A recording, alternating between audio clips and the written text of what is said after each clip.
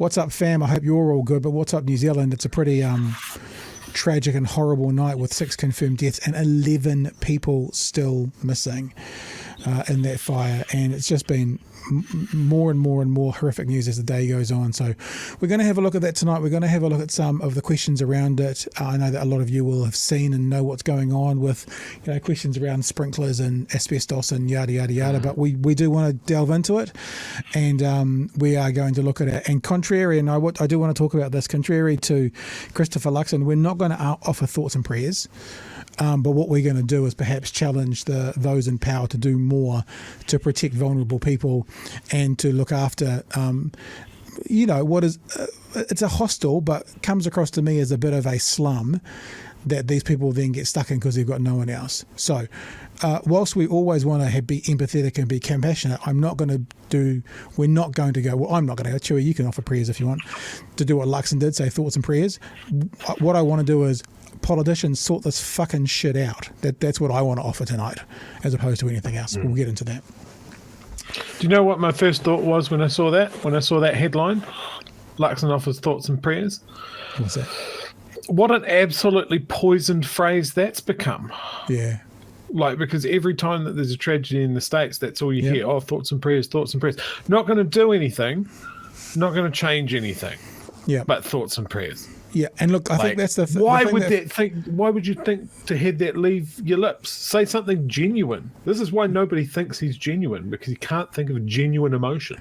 And the thing about it, and look, I am already starting to burn our content. Thought I was going to talk about this later on. I've got some notes to talk about this, but I don't hold the National Party or Mr. Luxon obviously accountable for any of the things that have just happened. But what I do hold them accountable for is their deep desire to reduce the number of public servants and to cut and slash costs. Now, we already know from examples in America, and I've mentioned this 2 or 3 times on this podcast, the Horizon, oil leak in the Gulf of Mexico. They had 1 inspector. So rather than offering thoughts and prayers and then say we're going to cut bureaucrats, how about we offer more investment into inspectors and stuff that can go around these buildings, check them properly so this kind of thing doesn't happen. So when I hear him say thoughts and prayers, my initial reaction, Chewy, is, yeah, and then you'll get in, and then you'll cut spending, and then there'll be fewer inspections of these buildings, and it will do fucking nothing, if not do something worse next time. That's what I think. Now, that might be unfair, and I acknowledge that might be unfair, but that was my initial thought when I heard thoughts and prayers versus more inspectors to try and get into these places and actually sort them out. More regulations around fucking buildings with asbestos in them. I've been hearing reports that we are burning all our content now. Hearing reports today that anyone in the area should shut their windows and turn off their air conditioning because asbestos was in the air. What the fuck?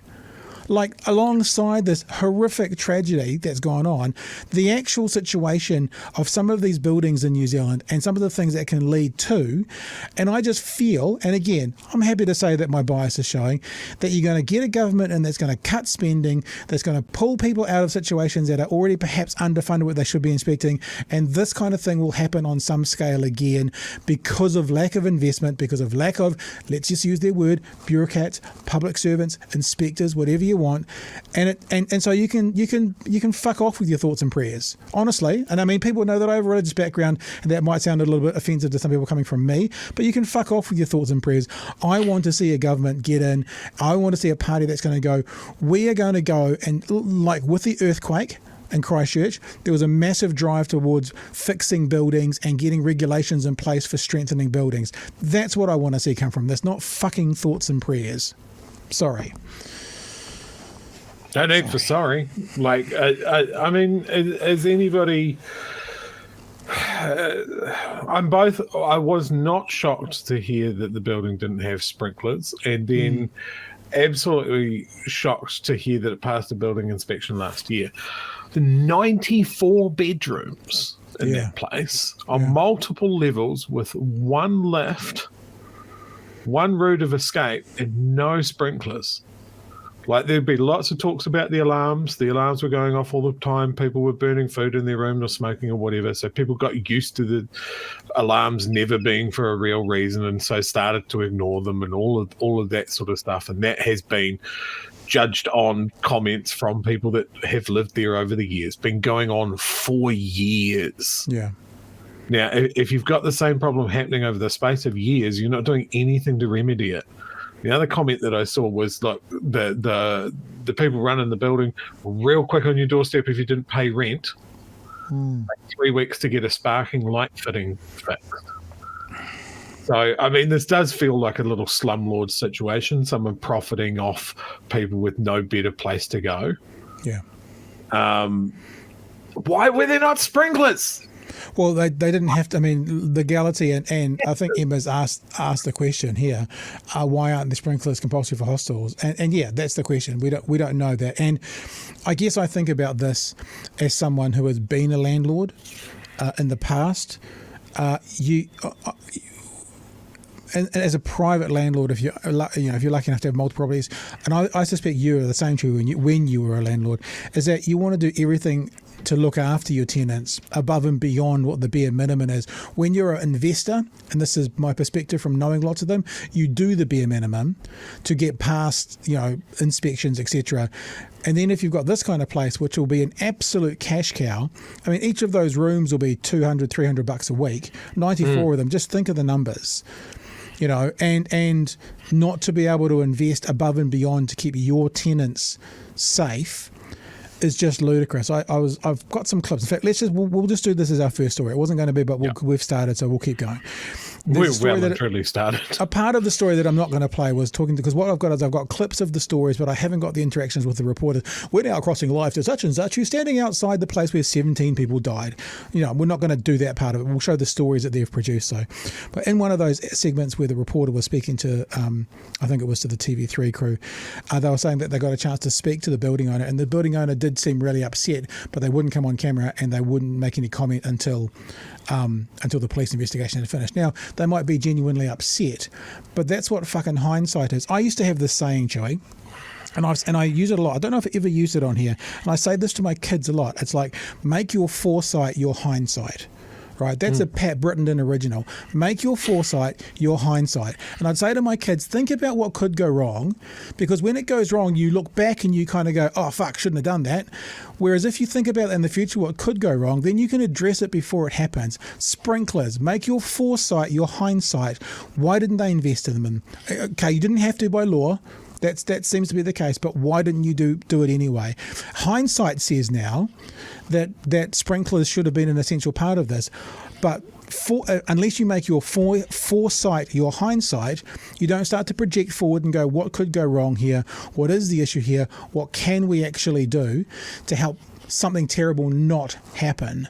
And it feels like within the investment world of properties that they try and get by with as little investment as possible for the biggest return as possible, and they'd rather make a 7.8% return than a 7.6% return and look after their tenants correctly. Now, we have to be careful, I guess, because I'm not making that accusation of this building owner. We don't know the full story yet. This is now a general conversation around, I know lots of property investors, and that's the feeling I get. If we can make 7.8% on our return rather than 7.9, then we should go for the 7.8. The 7.9 would give them sprinklers. Yeah, but 7.8 would give them sprinklers. Yeah, but 7.9% is better return for us.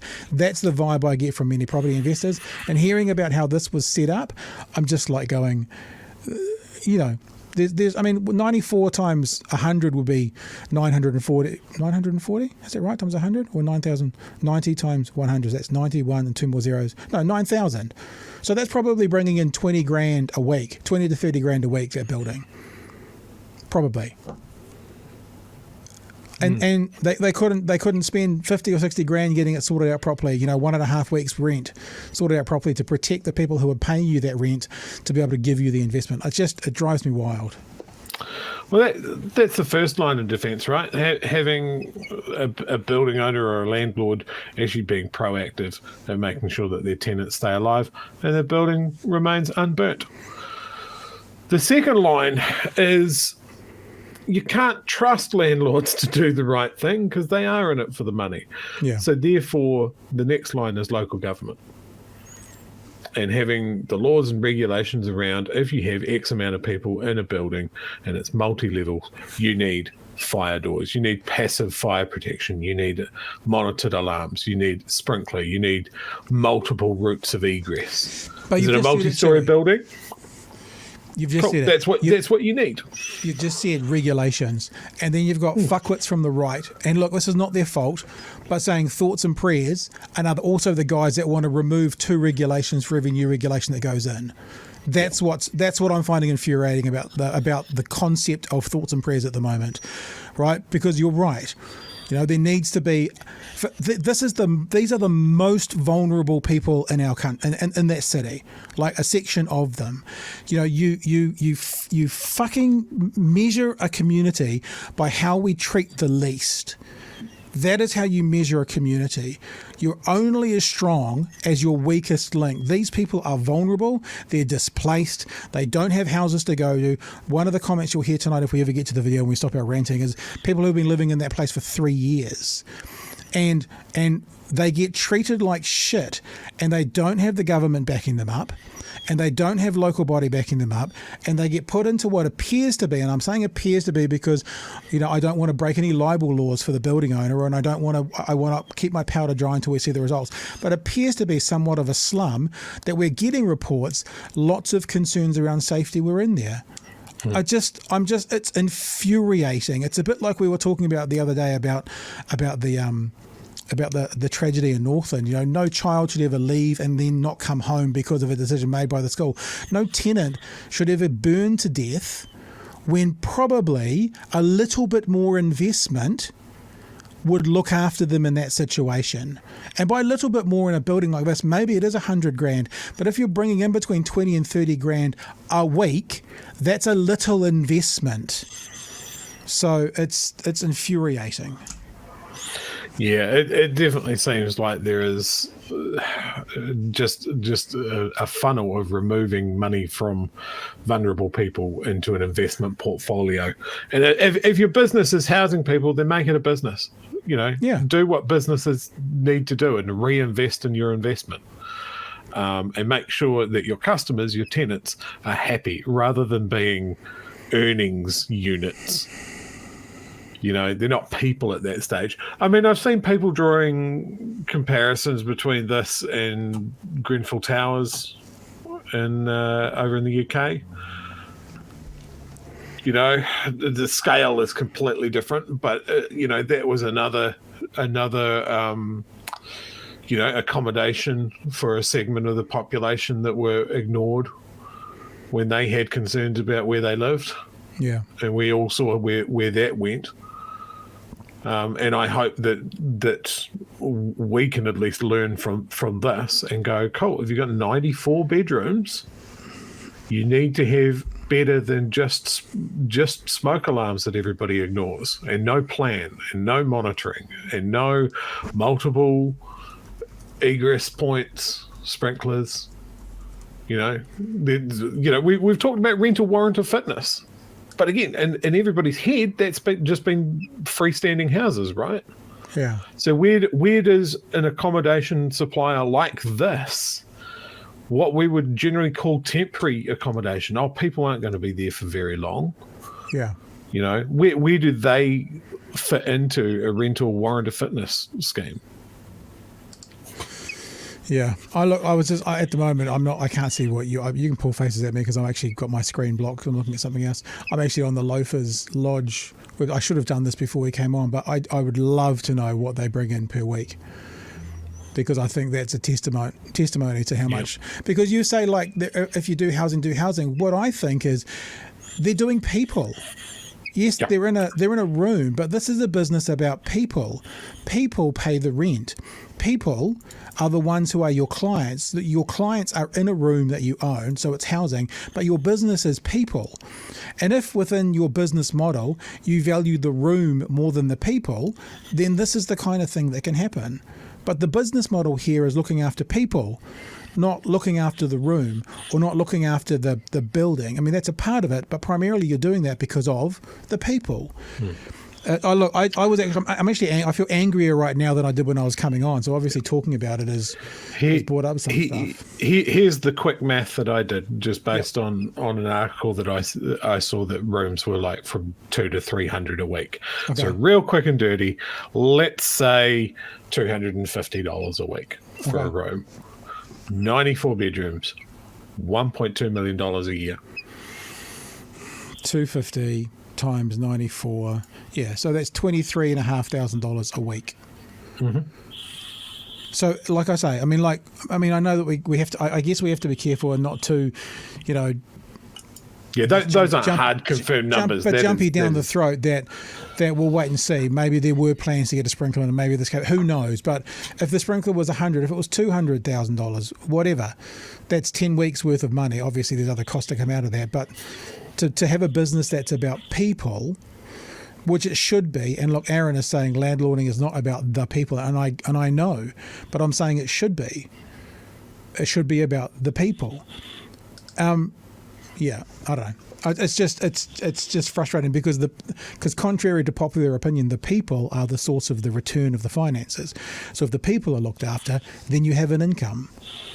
Yeah, and maybe that also comes down to the idea of there's problems with housing at the moment, and maybe that means some landlords, and I'm not saying the landlords for loafers, and we're not going to make this accusation, but get to treat the people like more shit than they normally do, because it's like, oh well, you can go, I've got 10 others lined up for your room, and I mean that sucks, it's terrible, and that's a government issue.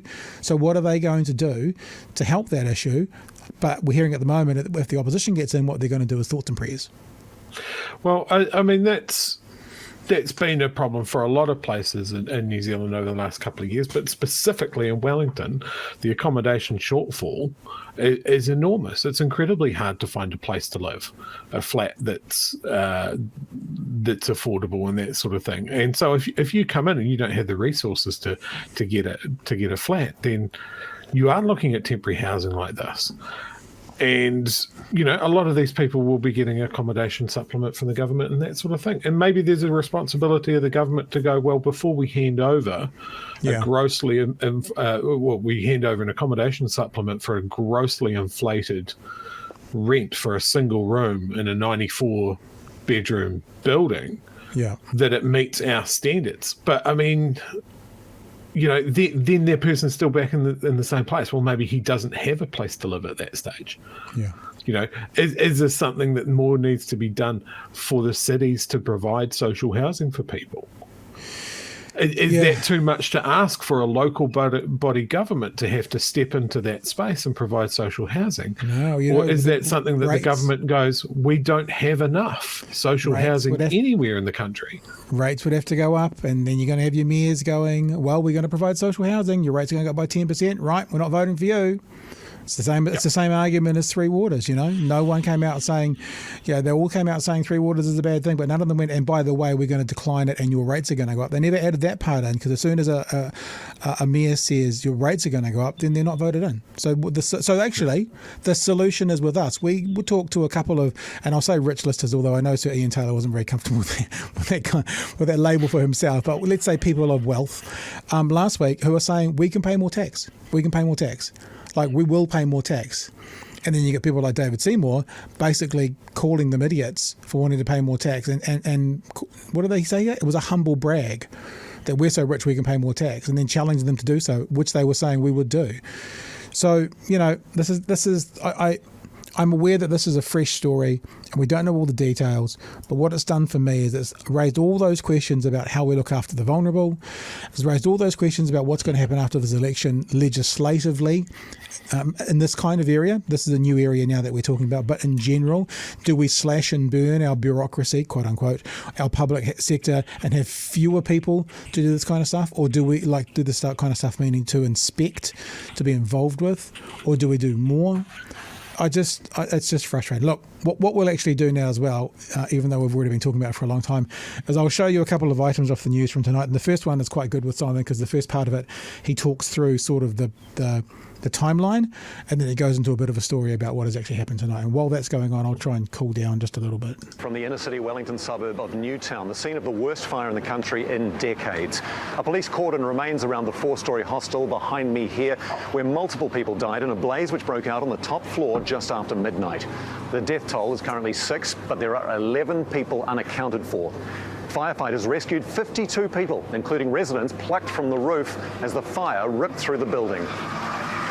A fire commander confirmed that. I have to say as well, I've heard today that there was 90 residents. If you look at those numbers, and you said 94 rooms, right? Fair enough, but I've heard there was 90 residents. If you look at those numbers, I'm not making any judgments here or casting any aspersions, but what do we get here? That's 63, that's 69. There's 11 unaccounted for, but I heard there was 90 residents and there's only 69 there. So what about the other 21? Where are they? Do we know yet? Self-evacuated, maybe? Maybe. They're the ones that got out and didn't need rescued? Maybe. But that hasn't been said anywhere yet, really. I haven't heard those details yet. Through the building. A fire commander confirmed the building does not have a sprinkler system as search and rescue teams combed burnt-out areas of the lodge throughout the day. The facility, which has 92 rooms and offers affordable accommodation, is located on the main thoroughfare of Adelaide Road, about 900 metres from the Basin Reserve behind me and just around the corner from Wellington Hospital. We have special coverage this evening. The One News team is standing by to bring you the latest. We begin this evening with Kate Nicol-Williams' report. We're not going to begin with Kate Nicol-Williams' report because we're going to go to TV3 and we're going to have a look at a couple of their stories because they were quite good as well. The first story is talking about now this is what made me think about the thoughts and prayers thing as well, yeah? That the government is not ruling out, some sort of review of building regulations and stuff, as they should do. So we'll move to TV3 and get some of their commentary as well. As the huge fire broke out on Adelaide Road, many neighbours woke up to this. So we were kind of like, whoa, and stood outside in our balcony for a bit and just kind of observed this, insane, never seen this much smoke before. Axel Dan and his flatmates watched in horror. It was pretty crazy. Today, the Prime Minister saw the devastation for himself. Obviously, this has been rough news for New Zealanders to wake up to this morning as we've seen the tragic events unfolding here in Newtown. Tragic events now under the microscope as questions are raised about the building's safety systems. Survivors have told News Hub there were no sprinklers, and while alarms did go off, they were often ignored because too many times they were false flags. I've lived at Loafers for 3 years. That fire alarm has been going off for 3 years at 12 o'clock, 3 a.m, 5 in the morning, and we ignore it. The alarms go off, people don't even leave their rooms because they're always people smoking in their rooms or something like that. And half of the bloody alarms aren't hooked up. Something Fire and Emergency will look at as part of its investigation. We're checking that now. We've been checking that to ensure the sequence of events with our own alarm monitoring companies. Loafers Lodge passed a building inspection this year and Wellington City Council says no concerns were raised by the inspector. The building was not required to have sprinklers, but some residents told News Hub they did have safety concerns. I don't know whom we're going to complain to, the manager or the owner, or I don't know. The owner, Gregory Main, wouldn't discuss those concerns or appear on camera while police are investigating, but he says he is deeply devastated and was in fact quite emotional when I spoke with him earlier today. He says his focus is on those who have died, their families and the surviving tenants.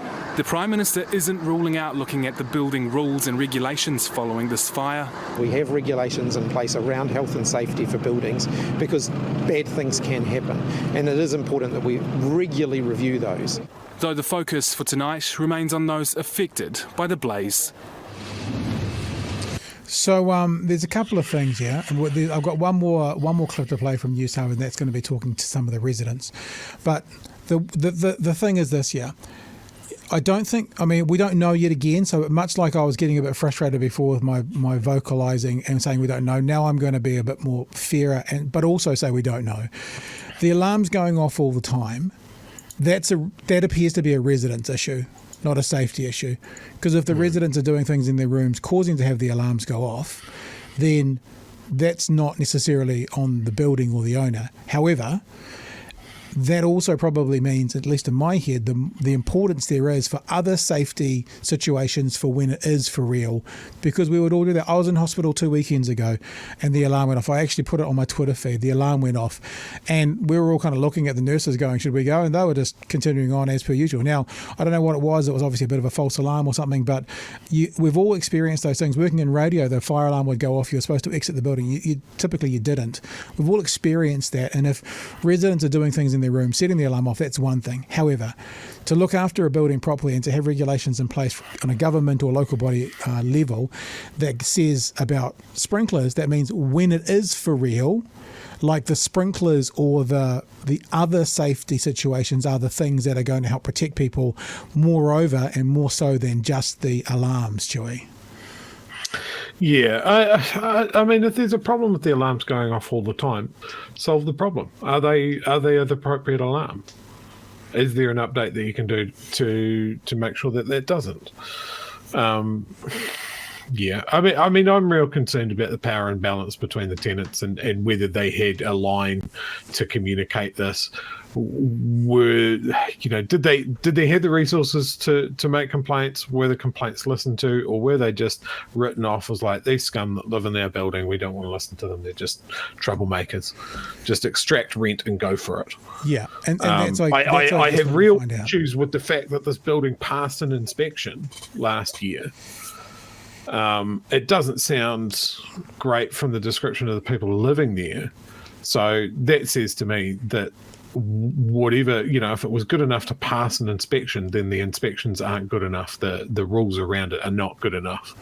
Well, what I would say to that is, I think the rules around it may not be good enough, because if, for example, the inspection was, is there an alarm in every room or every access point, whatever, yes, they might have ticked that box, but it still comes back to the things that perhaps aren't within what you have to legislate to do. For example, the sprinklers, that should be in the regulations, because like I said, and I agree with you, Joe, we're on the same page here.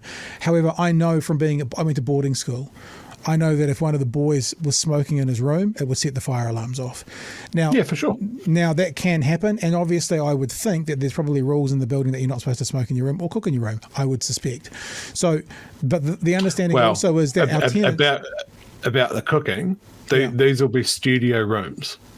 So there isn't a common cooking area or anything like that. I think you're wrong there. And I'm not to, again, negate what you're saying, but I just actually was looking at it because I was trying to find a price on it. And the lodge facilities are pricing, rooms, common areas, kitchens. So there is a common cooking area. Kitchens? Okay. Yep. Now, not to negate the point, I just like to be accurate. Yeah, but the point is this, right? Now, this is going to sound really patronising, and please don't hear it as a patronising point as opposed to trying to talk this through. When I'm dealing with people in the world, quite often I try and think of them like they're broken. Now, one of the reasons I try and think about that, not because necessarily they are, but it makes me stop and think what's going through their life, what's happening with them today, why are they so grumpy, what's going on, and it gives me the ability to be a bit more gracious towards people. Now, probably some of the residents, most of the residents, all of the residents in this place probably are actually broken on some level, the most vulnerable, if that's a better word to use for you. So therefore, there are also probably people who aren't going to follow along with the rules as simply as general population. So knowing that these are your clients, knowing that these are your tenants, you can't expect, for example, that they're going to just follow along like anyone else who is less vulnerable, the rules of the house, for example, no smoking in the room. So therefore, to look after your product, which sounds horrible, but the people who are paying you, you need to do something more above and beyond to look after them and your investment property. That's how I kind of think of it. Yeah, it's just infuriating. Very sad. Let's have a look now from TV3. They actually spoke to some of the residents as well who managed to get themselves out. Hemi Lewis has lost everything but the clothes on his back. It's all gone. I'm still in the same clothes. This is where I crawled out. See my shoes? Through coughs, Hemi explains he's lucky to be alive at all, somehow escaping this. I opened my door and there was just smoke everywhere and there was flames coming from the roof. I couldn't breathe. So I hit the floor and I crawled the 3 flights down to the bottom. Others weren't so lucky. I mean, the people next door to me were dying, and I could hear them. Newtown Park, barely a kilometre from that horrible site, is now a stopgap home for many. But the question is, where to next? I don't know where I'm going tonight. And he's not alone. A lot of uncertainty because we don't know where we're going or if there's going to be room for emergency housing for us and that. We're told between 60 and 100 people ended up here in the wake of the country's worst fire in decades. Ngusi Gaita Fenja has spent all day ferrying people to emergency housing, relatives' houses and places like Women's Refuge. All variety people are here. These people are very vulnerable. And as if losing material possessions wasn't enough, some have lost so much more. The first and foremost thing on their mind, the very first thing someone asked me when I walked in was, what could I tell them about their friends? The government desperate to avoid one disaster being compounded by another, the capital's housing shortage. Big priority is to get everyone somewhere to stay tonight, and obviously the agencies are pulling all that together. But you can imagine people in there are extremely traumatised and very, very worried. The fire's out, but for those who survived, the sense of devastation, of loss, is going nowhere. All right. Let's just do this very quickly as well, because we talked a bit about this. This is Christopher Luxon going down there. Notice, and look, I don't want to use this as an attack on Christopher Luxon. This is a tragedy, but we talked last night about he's not being seen in public at the moment without someone with him because of his likability issue. And this was his comment around the thoughts and prayers. We'll just play this for you so everyone else gets a chance to hear it as well. It's pretty shocking what we've seen here overnight, and it's our thoughts and prayers are definitely with the people who have lost their lives, the families that have lost loved ones, and those that are now fighting for their lives in hospital, as well as being grateful for our responders. There you go. A little comment there. That's to make sure that everyone's heard the thing we're talking about. Chewy, you got any other things you want to add in about this, bro? I've just put up a link in the chat. There's a couple of people talking about donations in the chat. It's Wellington City Mission that are coordinating this. And I'll just find a page.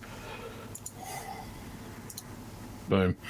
So links in the chat. If you just search Wellington City Mission .org.nz/donate now, you'll see the Loafers Lodge appeal right at the top there. So if you are in a position where you can help out, I mean, I don't know about you, but even just listening to that fella describe what he's going through, and all of those people saying, they don't know where they're staying, they don't know if there's enough emergency accommodation for everybody, that's something that you can do to help. Yeah. All right. Thank you. It's always a bit strange to then kind of try and transition out of this story into another story. Is there anything in the chat about this that we particularly want to get out there, Chewy? Have you seen anything scroll by? Yep. We've got Free Soul, used to live around that area. So did I, actually, not too far away. Used to live around that place. I'm surprised it's still standing. It was always a dump. I feel sorry for the residents there. Mr. Rob Burney says, expand the Health and Safety at Work Act to cover more areas in society, such as landlords, require them to undertake all works that are reasonably practical to reduce risk. Arrest JK says, even in cold cash terms, sprinklers would have meant that he'd still have a building that could be repaired. Like if you just want to break it down to asset management. Sure, yeah. Yeah, and Free Soul typed this up before we saw the interviews with people. I bet these are the forgotten people, isolated and lonely. Yeah. And I'd say that's exactly what it is. Yeah. I heard that on one of the news reports today that some of the people living there also worked at the hospital, and I can guarantee you it's not the doctors or nurses. It's going to be the cleaners, and probably not even orderlies, but the people who clean up people's shit are going to be the people who are living in there in temporary accommodation as well. So it did make me think today, and I haven't got my thoughts together very clearly about this, Chewy. I'll probably say something and you can probably pick up on it and say it better than me, but we've had conversations before about, how the better off in society don't suffer these sorts of things because they don't have to be forced into living in this kind of situation. And this is absolutely an issue of poverty that puts people in these positions and shits on them and then shits on them again, and then that shits on them in the worst possible way, which is the outcome from, just after midnight this morning when this all happened, because there's no doctors in there from the hospital, but there's probably some cleaners. Yeah, and it'll be a really grab bag of the people in the lower sections of society, whether through their, I've seen people going, oh, the whole place is probably full of drug addicts. Yeah, there probably are drug addicts there. There are probably people on, that are coming out of prison, temporary accommodation for those guys. People that in other times would have been in assisted living situations, recent immigrants, seasonal workers, all of that sort of stuff. Those guys don't have the resources. They don't have the backup. They are always negotiating from a point of weakness. And as you said earlier, it's how reflect on your own society on how those people are looked after. Yeah. Is this good enough? It does. It's like it doesn't feel like it's good enough, does it? It's not a nice feeling. But let me just also say this as well. As you just said, yes, there will be drug addicts in there, but the thing is, people use that as a weapon when this happens. But I've just said the word doctors. There are plenty of doctors and lawyers and accountants and professionals who are also drug addicts and drug users. But we never find out about the doctor who's fallen asleep or whatever, and there's been a house fire around him, and you never hear, oh yeah, but he was a drug addict. But I guarantee you, there's a very good percentage. I can't believe, and I've to be honest, it'll show my naivety, I've never even seen cocaine in my life, but I'm reliably informed by many people around me that, especially in parts of the world, people are using cocaine now rather than using alcohol because it's cheaper than alcohol. Now, I don't know if that trend's happening in New Zealand, but I know it's in America and I know it's in the UK through friends of mine who are in those situations. And I know that it's become the drug of the, not necessarily affluent, but the middle to upper class who want to go for a big night out rather than spending $150 on booze. They spend $50 on a Class A drug. So this whole kind of, there was drug addicts in there, yeah, probably, and there's probably drug if you go to a doctor's surgery with 10 doctors and 2 nurses who work there, there's probably drug addicts in there as well who are working there. So get off your high horse. That should never be a reason for these people to deserve what they get. No, exactly.